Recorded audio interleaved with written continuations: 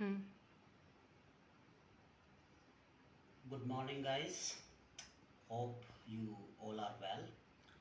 From last few days, I got many questions from the student side about the last year question paper. So I made this video so that it would be a great help to you all.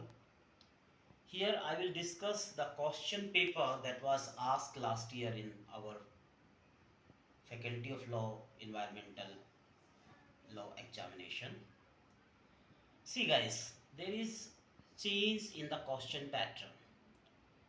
Before this online system, there used to be, as you know, eight questions, and out of eight questions, you had to attempt five questions. But now, because the examination method has been changed, now it is OBE, open book exam, and so here the number of the question have been reduced from 8 to 6, and out of 6 you have to attempt any 4 questions. The time for attempting the question paper also has been reduced from 3 hours to 2 hours.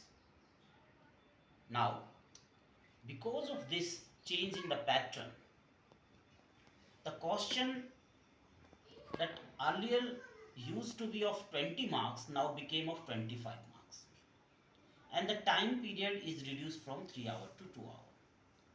With that change, there is also the change in the question. Earlier, the question may be of uh, theoretical, or it may be of the problem based question. But now, because it is an open book examination, so it is not advisable to ask the questions from the students that is theoretical, because you all have books with you and you can copy that.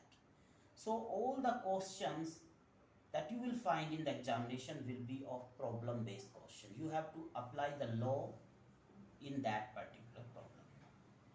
Okay, now I am taking first question from this last year question paper, and this question paper you can find and from the website. Even I will upload along with this video. The first question is, state A and B are neighbors. So there are two states. The bordering district of state B is highly industrialized area in that state, whereas the people in the bordering district of state A is predominantly in the agricultural sector. Farmers in bordering district of state A has been complaining for the last few years about certain health problems for the people as well as livestock, which is also a major source of livelihood for farmers. They also complaining about the deteriorating quality of air and water in the district. They believe that these problems have arisen since too many industries began functioning in the bordering district in state B. Having noticed report in some of the national newspaper and visual media about the plights of the people, the government of state A decided to investigate the matter further and if needed to demand the compensation from state B. Now, till date, the problem is that there are two states, A and B. And in state B, near the border, there are various industries. And these industries polluting air and the water. And the effect of that pollution is on the district and people, livestock, farms, crops on the state A. Now here this question slightly give confusion, because state B and then in state B in the district, that whether it talking about two nation or two state within our country.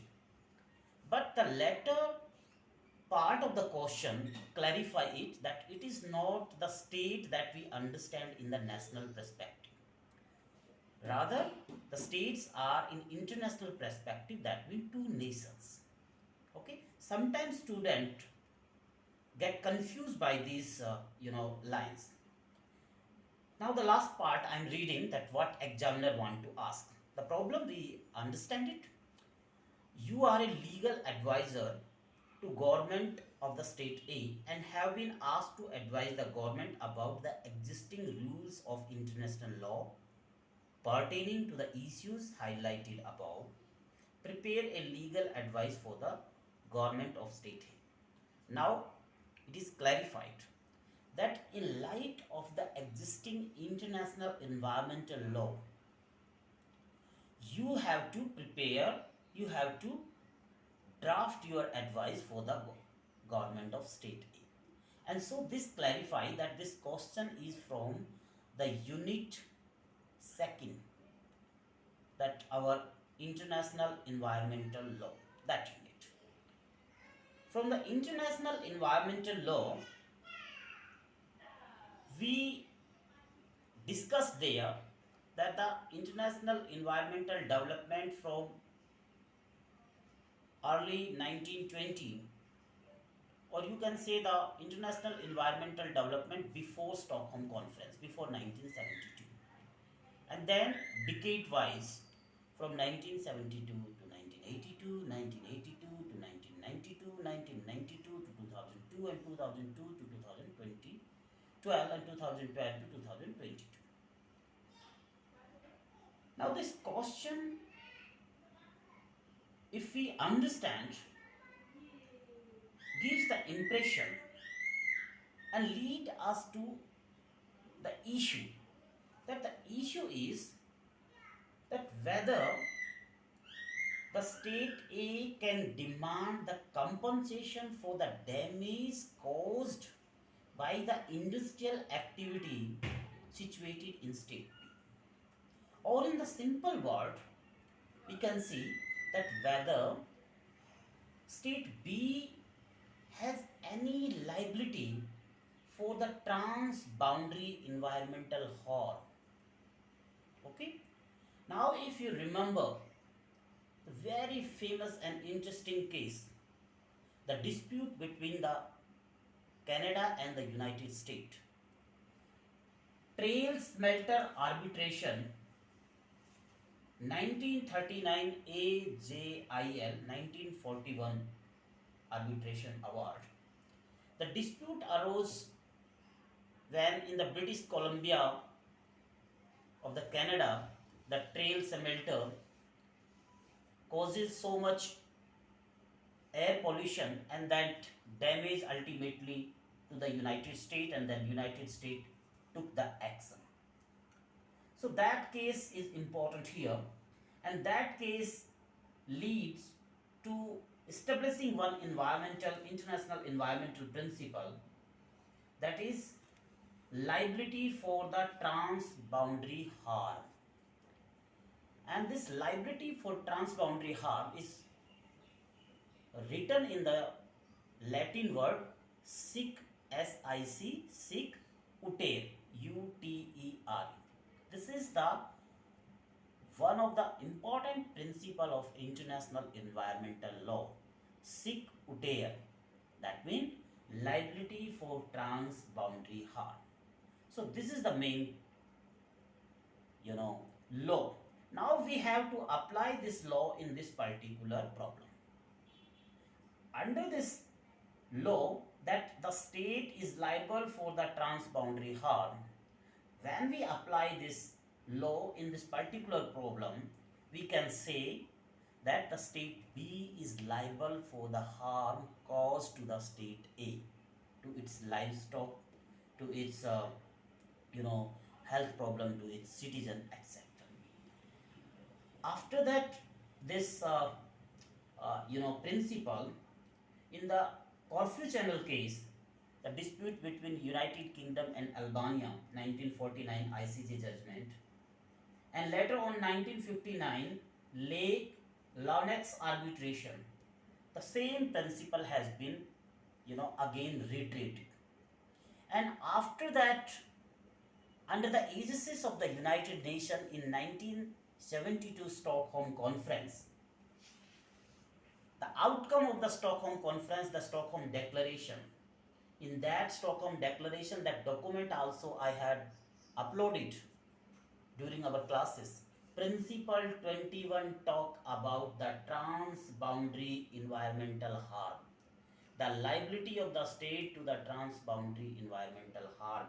That means the principle of sic ut now has been the part and parcel of the international environmental law. Okay, and so accordingly you have to answer this question. So the important case for this question is trail smelter arbitration case. The environmental principle that is applicable here is sic ut that means liability for transboundary harm.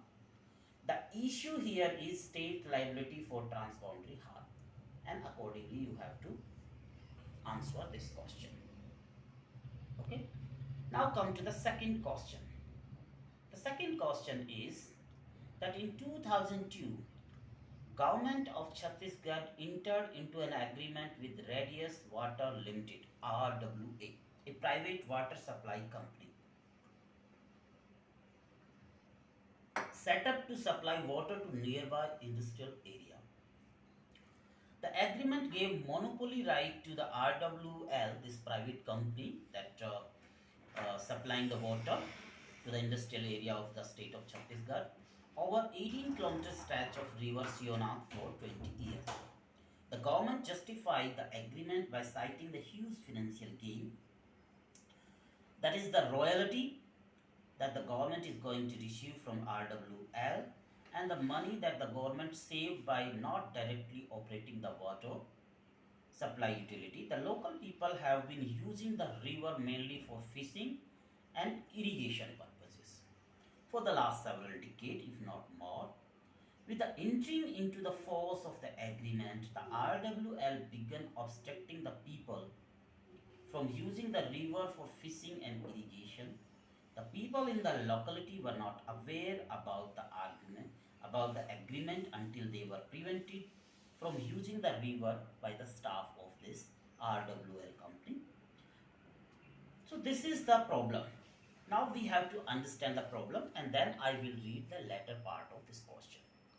See, there is the state of Chhattisgarh, and the state of Chhattisgarh entered an agreement with a private company RWL.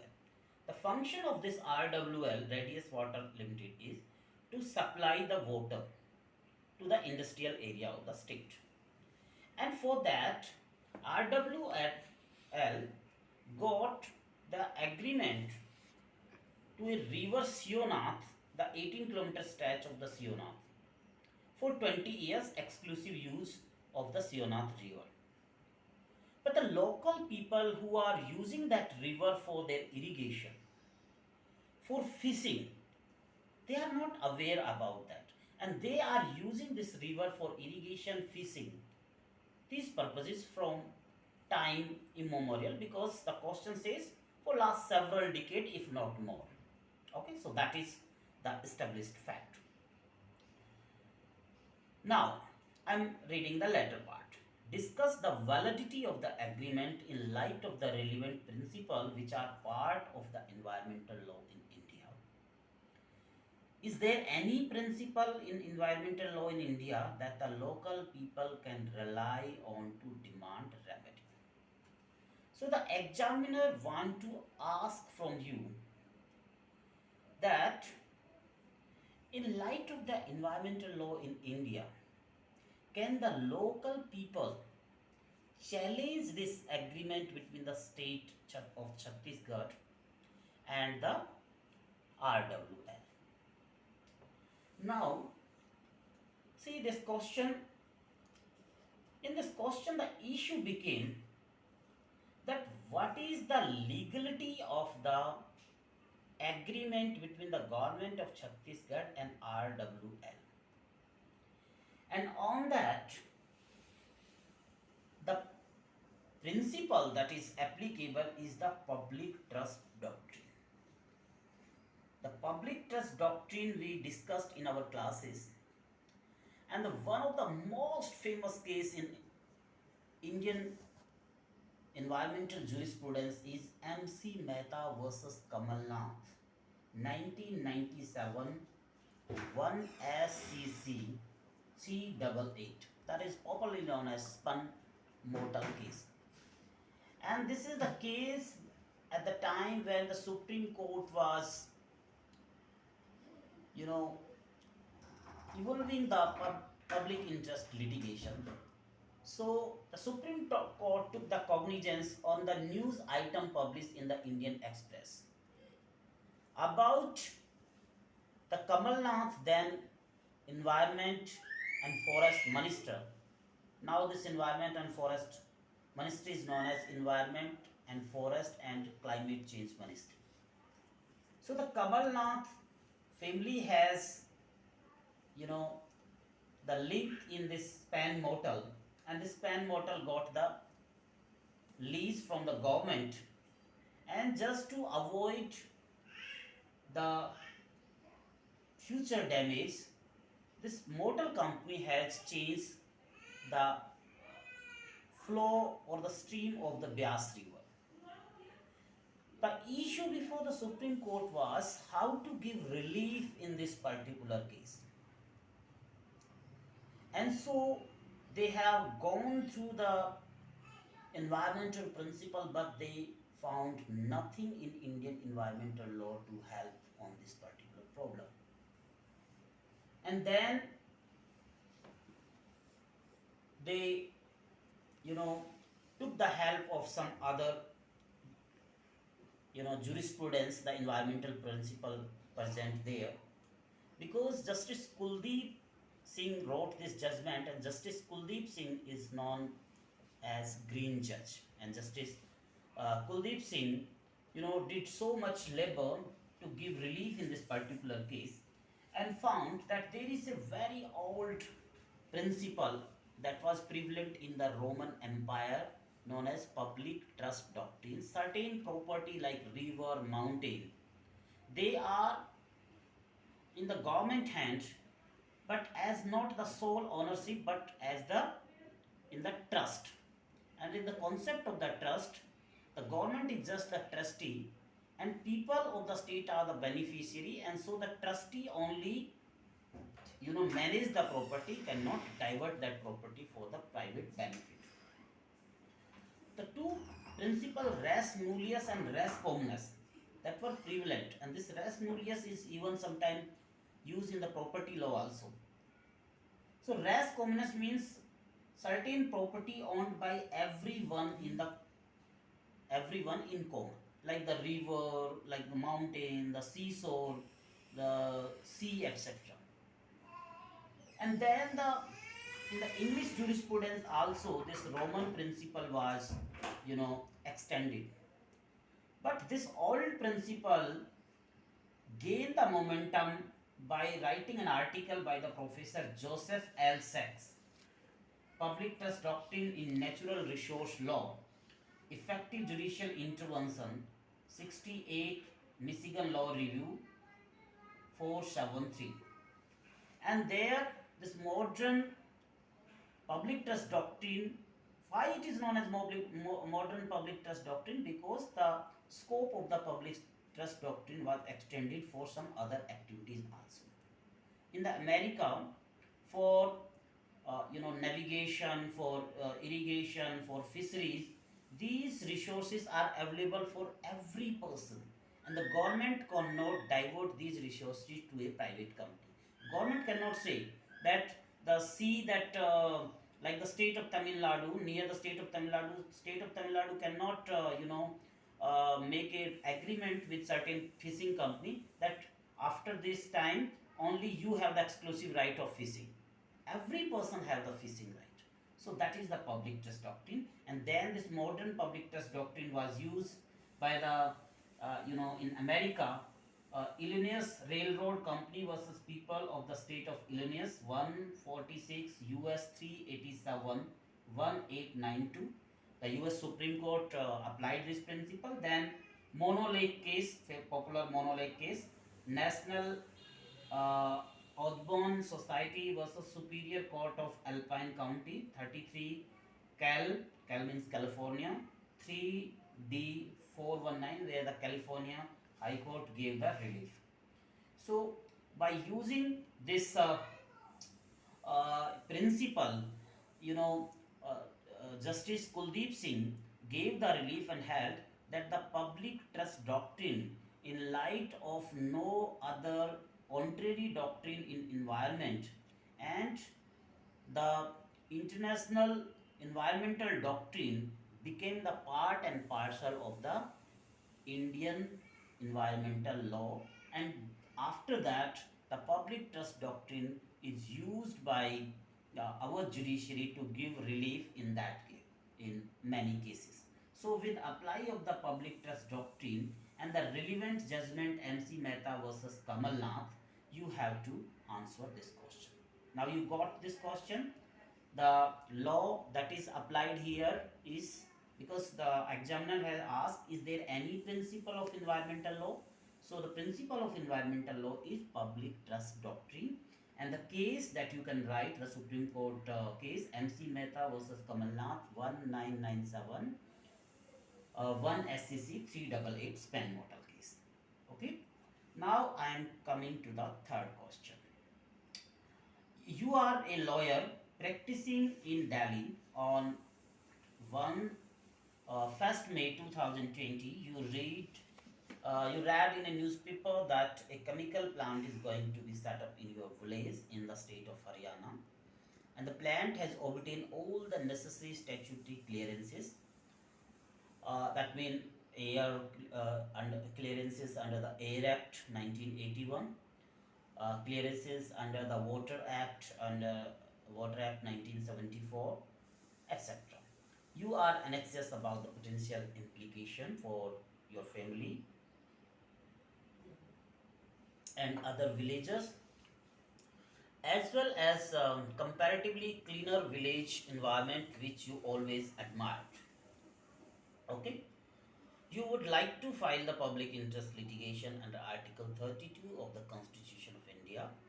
Describe the argument you think can take in your favor, and also describe how you are going to counter the probable argument on behalf of the company. Now, see, as such, this question does not have any, you know, the clear, the ecological damage that would cause by setting up of this industry. But you have to file the writ petition, and in that writ petition you have to make your argument. Now see, if we understand this case, there is the state of Haryana, and in the state of Haryana there is a chemical plant. The chemical plant also got the necessary permissions that is required, and after that it has to start. Now you have to file the writ petition. So for the writ petition, under Article 32, that also written in this particular question, before the Supreme Court you can file the writ petition. And under Article 32, a writ petition is filed for violation of any fundamental rights. Now we have to manage our argument to show that this establishment of this chemical plant will going to affect the fundamental rights of the villagers or your family and your villagers fellow. Article 14, Article 19, Article 21, that is known as the Trinity of the Fundamental Rights, that can also you use. Then Article 48A, that also we have discussed, the duty on the state to protect the environment, and Article 51 capital A clause G, that is the duty of the citizen to protect the environment, can be uh, dragged in this particular writ petition. How Article 14 we can use? Article 14 we can use that the permission that is guaranteed by the state in this particular case is arbitrary because the environmental concern has not been taken into matter. Article 21, that it will affect the the right to life. And how right to life? In many cases we have read that right to clean air and the clean water is part and parcel of right to life. Okay. And here also we can use the concept of the sustainable development also. So these arguments we can done. Under the sustainable development, we can use this famous case of Vellore Citizen Welfare Forum, Vellore Citizen Welfare Forum versus Union of India. This case we discussed and present in your case material, and in this case, you know, uh, uh, many important paras you will find. AIR 1996, Supreme Court 2715. So here in this case, the Supreme Court has observed that the sustainable development means not only the economic development, but along with the economic development, the environmental imperative. So the environment also we have to establish. Though in this case it is not well written in the fact that how this will affect the environment and the ecology, but yes, just written that the serenity or the environment that you admire would be affected. So definitely any industry would affect, but we have to prepare our argument. We are not taking that what the judgment will or the outcome would be in this particular case. So that sustainable development principle we can stretch, we can write, and the Vellore Citizen Welfare Forum case we can discuss. The second case that we can discuss on this case to making your argument under Article 32, because that is asked in this question, is MC Mehta versus Union of India, the 2006 Supreme Court judgment, 2006 3 SCC 399.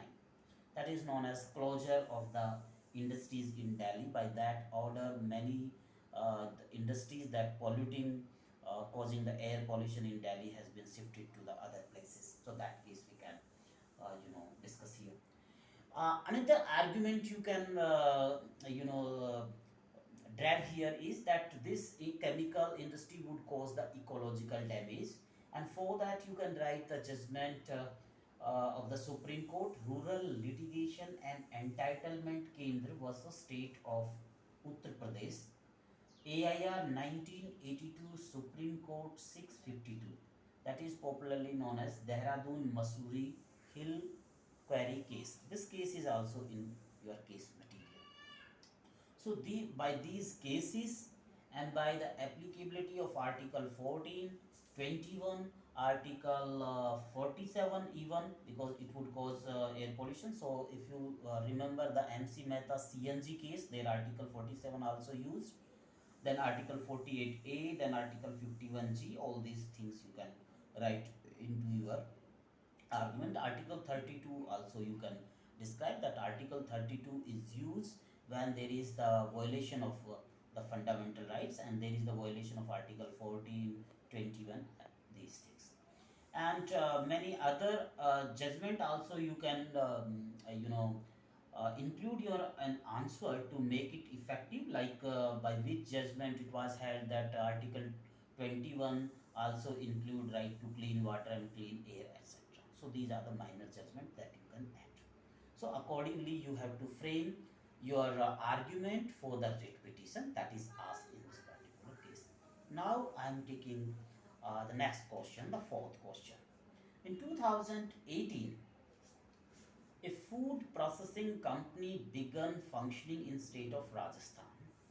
On 1st of January 2020, a prominent newspaper in India published a news report alleging that the wastewater from the company, that means the trade effluent, has been polluting a nearby river, which is a source of fresh water for the people in the locality as well as other cities and villages downstream. You are the legal official working with the state of Rajasthan uh, uh, Pollution Control Board having noticed the report published in the newspaper, the chairperson of the RSPCB, that means Rajasthan State Pollution Control Board, ask you to prepare the brief detailing the required procedure to follow in the in conducting an investigation against the company and the action that RPSP could take action against the company under the Water Prevention and Control of Pollution Act, that popularly known as Water Act 1974. Prepare a brief, prepare a legal brief. Now see, if you see the first part of this question, it has some similarity with the Indian Council for Enviro Legal Action versus Union of India Bichri Village. Okay, but in that case, there is the difference from that case. And what is that difference? In that case, the Rajasthan State Pollution Control Board has not taken action. That was the writ petition by the MC Mehta. Okay, by this particular forum rural this legal entitlement, Indian Council for Enviro Legal, but it was moved by the MC Mehta. He was the part of that particular forum. Here you have to prepare argument being the officer of the Rajasthan State Pollution Control Board. And so this question, if you understand, this question is from the Water Act, or you can say from the chapter where the Water Act and the Air Act we discuss. From that unit, this question is there. Now, if you see the legal provision here, under the Water Act, there is the section 24. Because you are the official, and if you read the citizen suit provision, that under the citizen suit provision, a citizen has got the right to file the case only when the chairperson or any person authorized has not filed any action. Section 49 1A. And so here the chairperson of the Rajasthan State Pollution Control Board has authorized you. Okay, so that means you are within your jurisdiction. Now you have to prepare a legal brief. So the first provision that is applicable here is the section 24. And section 24 is talking about prohibition on use of stream or well for disposal of polluting matter. Section 24 1A, that talking about that no person shall knowingly cause or permit any poisonous, noxious or polluting matter determined in accordance with the standard in any stream, etc. I am leaving some portion of this clause. That means here in the problem, this particular food processing company is discharging its wastewater into the river. That means it is knowingly cause or permit the polluting matter in the stream, and so it is the violation of the section 24 1A. Now, as an official of the Rajasthan State Pollution Control Board, how you will establish all these things before the court? That is the question.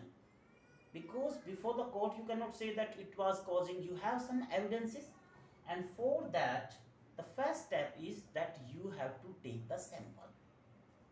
You have to take the sample of the wastewater from the company and to show that whether that wastewater is within the your standard maintained by the State Pollution Control Board or above that. Okay, if it is within the standard, then the section 24 clause 1A would not be attractive. So under section 21 clause A, you have to take the sample and that power that you have. After that, under section 53, the lab established by the State Pollution Control Board, that sample has to be analyzed, and accordingly section section 52, because it is state of Rajasthan, and that report has to be analyzed under section 22 clause 1. Under section 22 clause 2, that report also, I'm reading, that on receipt of the report it shall be sent by the central pollution board or state board as case may be to the occupier or his agent, another copy of the production to the court in the legal proceeding, and the another is uh, that shall be kept by the concerned board. Because that report of the sample made by the the state laboratory under section 52 has to be in triplet as required under section 21 clause 1. Now you have taken the sample, you got that sample analyzed, and if that report showing that the food processing company is discharging its wastewater above than the limit established by uh, the state pollution control board, then under section 33, let's talk about power of the board to make application to the court for restraining apprehended pollution of water in stream or wells. You can take the action. So the state pollution control board official can take the action under section 33, uh, and that application to the court should not be inferior to the metropolitan magistrate or the judicial magistrate of first class for restraining the person who is likely to cause such pollution from so causing. And then the second thing that they can do is to that taking the order, because the order is always conditional order. The another provision here is the penalty, and the penalty is section 43, that if there is contravention of the section 24 that done here, the punishment for the imprisonment for a term but not less than 1 year and 6 months, but which may extend to 6 years or the fine. So these are the various legal provisions that you can write in your brief, because in the question the examiner has asked that prepare a legal brief. So when we are preparing a legal brief, we have to write each and every legal provision that is relevant and that is effective for the proper execution of the or proper proceeding in that particular matter. So all these provisions, section 24 1a, section 21, section 22, section 33, section 43, that you have to write in your question for preparing the legal brief. Okay. Now I'm moving to the next question, fifth question. On 7th May 2020, 12 people were killed and several others were hospitalized in Visakhapatnam in state of Andhra Pradesh. Talking about some industrial tragedy due to the escape of a dangerous gas from the LG Polymers India Limited. Neither the LG Polymers India nor the government has disputed the causal connection between dangerous gas and the death or hospitalization of the people of the locality. Discuss the liability, if any, of the LG Polymer. See, examiner has clearly, you know, framed this question and left no doubt in the mind of the students. Like in the IPC we read the causa causuna, the death cause, there will be real connection. So uh, because of this escape of the gas from the industry, all these casualty happen, that is well established, that has not been disputed. Now understand this problem, that there is a particular company, this LG Polymer India Limited, and this LG Polymer India Limited is doing the dangerous activity, or you can say hazardous activity, because there was an escape from the dangerous gas. So that means that give the impression, that give the clue that it was doing some hazardous activity in the Visakhapatnam in state of Andhra Pradesh, and then there is the escape. Now see, this particular question is inspired from the problem two cases. One is the Bhopal gas tragedy case, And another is the Sriram gas leakage case. In the Sriram gas leakage case, AIR 1987 Supreme Court 1086, Justice P.N. Bhagwati said that the question, he first thought that the question here, like it was asked here, that the question is the liability, whether the company can be held by our law to be liable for the death of or the injury caused to the person affected by this particular accident. The second step would be how much compensation. So the first state, how you will make the company liable. The principle that was applicable under the law of the tort, also you have read, was the strict liability principle. And the strict liability principle that was developed in the British jurisprudence has got many exceptions like this measure, it is sabotage act of the third person, it is accident, non-negligence, etc. And these principles are not helpful in the growing industrial activity. And so, Justice P.N. Bhagwati said that this principle of the strict liability is now became obsolete, and it became so many years, and he propounded a new principle that have no exception like the strict liability, and that is known as absolute liability principle.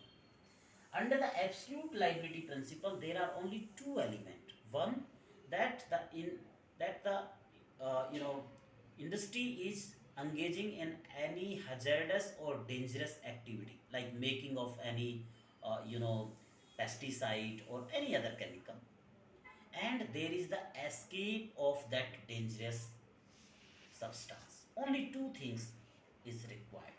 Then whether it is act of third person, whether it is terrorist act, by that the plant was destroyed, or it is the act of the god or any other things, there is no applicability of exceptions.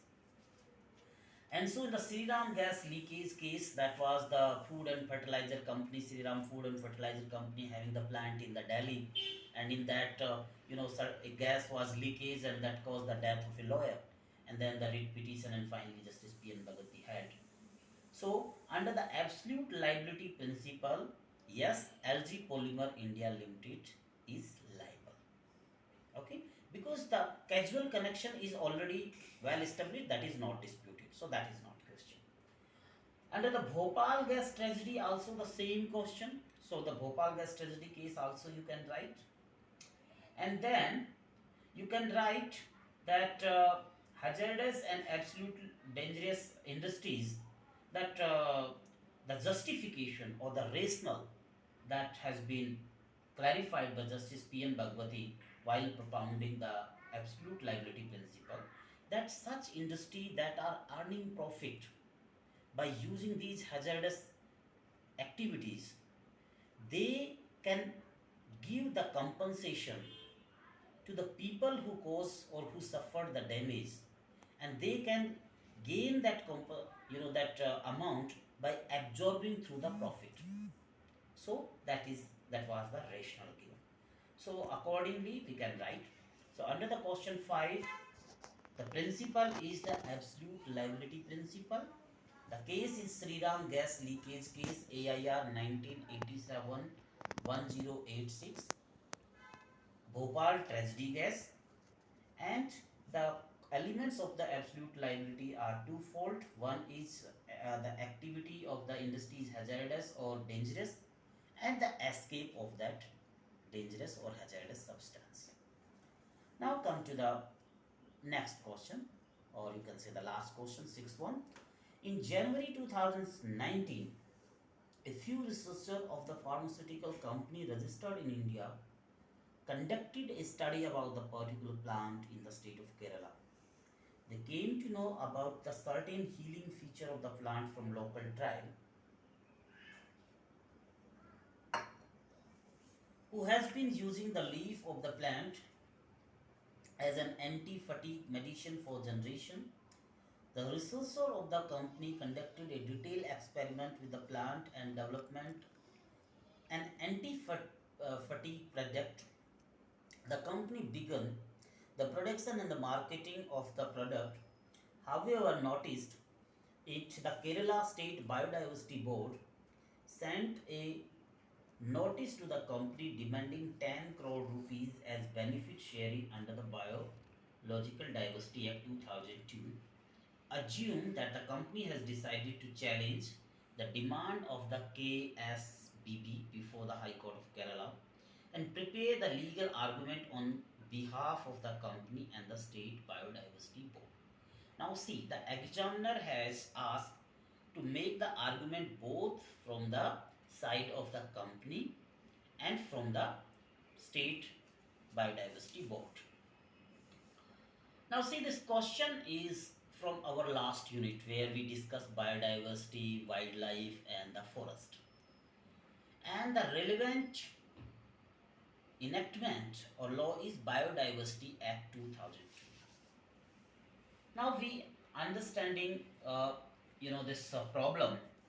Basically, in the state of Kerala, there is a plant, and this plant has certain healing capacity. It is anti-fatigue. जब आपको थकान होती है, so it can remove that fatigue. Okay, and this is not something that invented by the this company's researcher.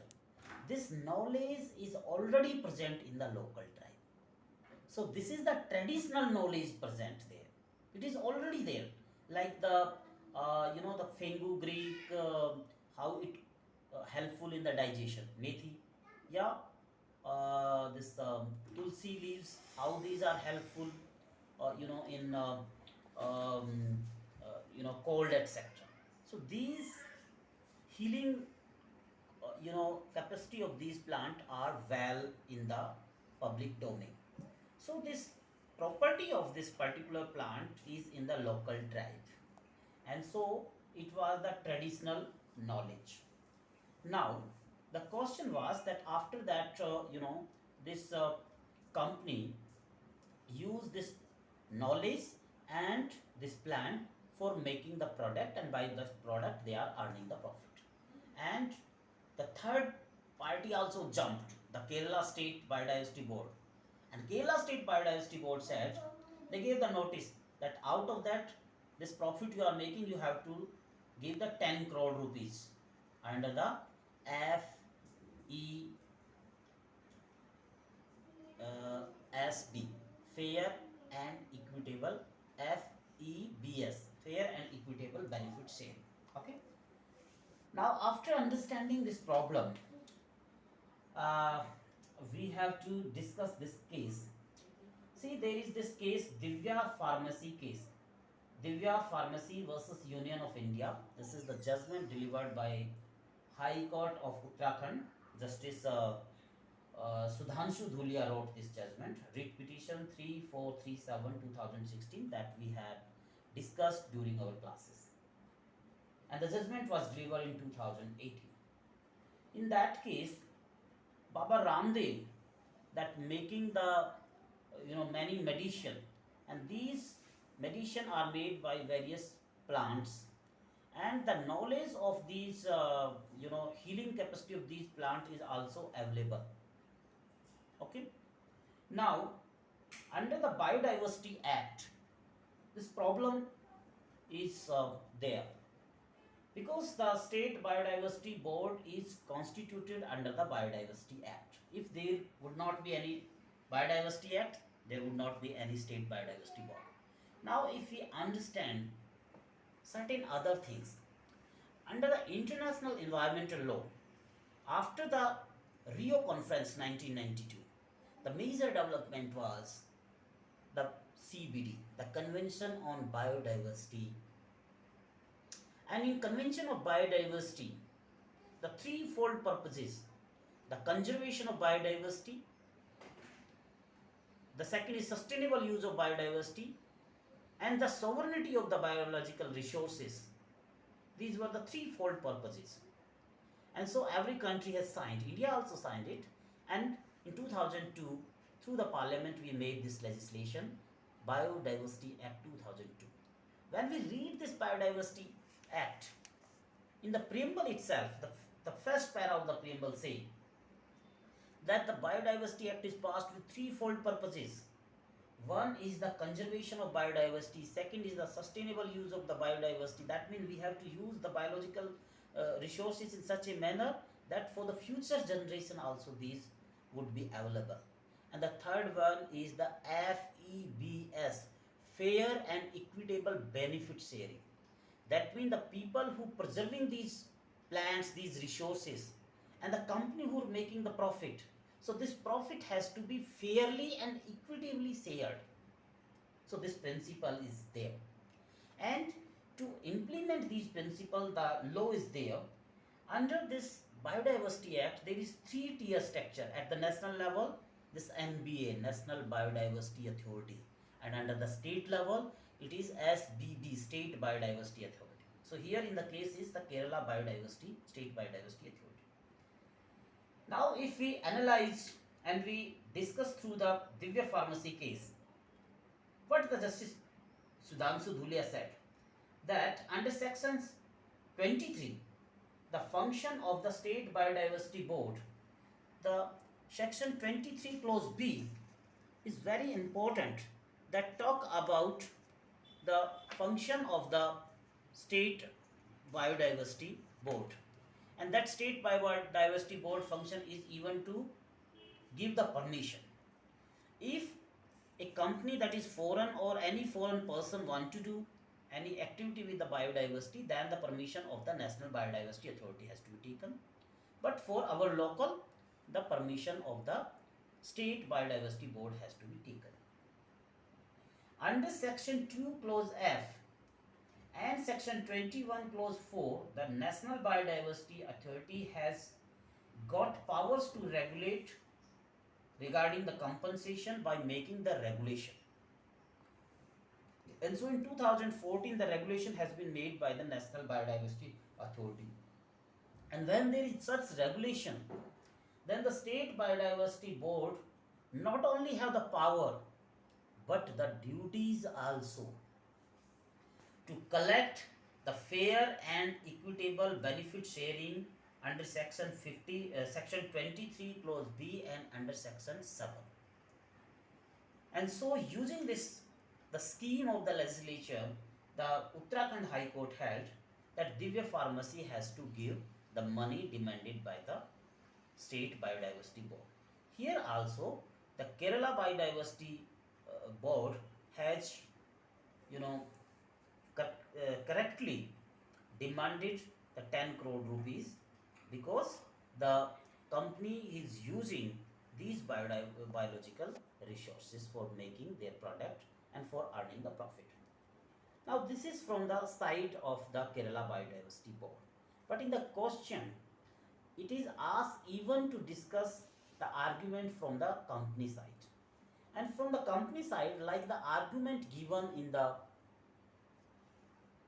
Divya Pharmacy case, that one of the important argument is that the bar is only on the foreign persons, and for that National Biodiversity Authority permission is required, but the same bar and the same thing is not available under section 23 that talk about the functions of the State Biodiversity Board, though later on through the judgment it has been clarified.